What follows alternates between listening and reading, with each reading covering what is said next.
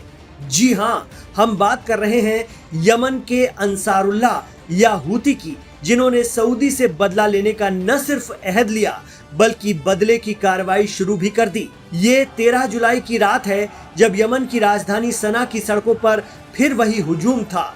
Yemen में बड़ी तादाद में लोग सऊदी के खिलाफ नारे लगा रहे थे।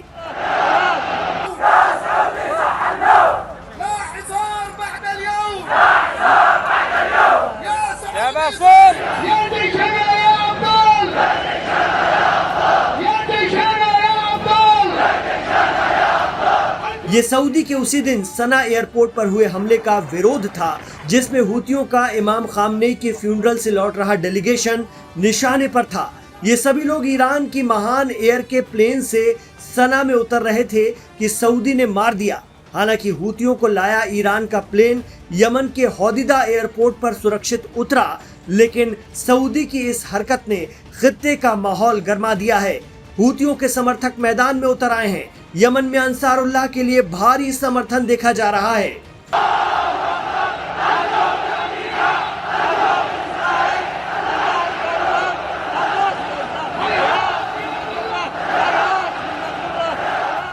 इतना ही नहीं, यमन के अंसारुल्लाह ने सऊदी से बदला लेने में देर भी नहीं लगाई। हूतियों ने सऊदी अरब के लिए आभा इंटरनेशनल एयरपोर्ट को कई बैलिस्टिक मिसाइलों से निशाना बनाया। हमले के बाद एयरपोर्ट परिसर से आग और काले धुएं का घना गुबार उठता हुआ दिखाई दिया। सोशल मीडिया पर सामने आए कई वीडियो में धमाकों के बाद एयरपोर्ट के आसपास धुआं और आग की लपटें नजर आती हैं।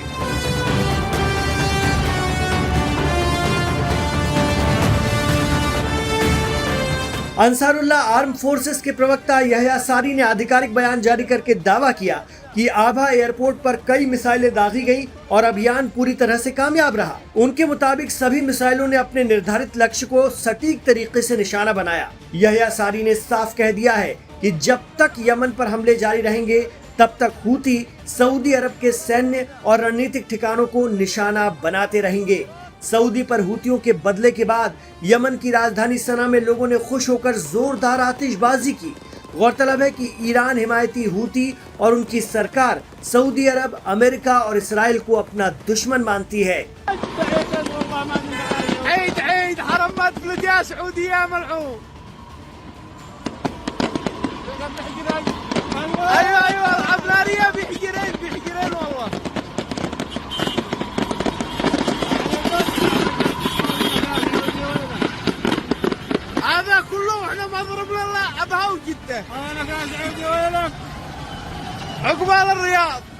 इस बीच खबर ये भी आ रही है कि अमेरिका बीच में कूद गया है। प्रेसिडेंट ट्रंप ने यमन में ईरान समर्थित अंसारुल्लाह या हूतियों के खिलाफ सऊदी की सैन्य कार्रवाई के लिए सऊदी क्राउन प्रिंस मोहम्मद बिन सलमान अल सऊद यानी MBS को अपनी हिमायत दे दी है।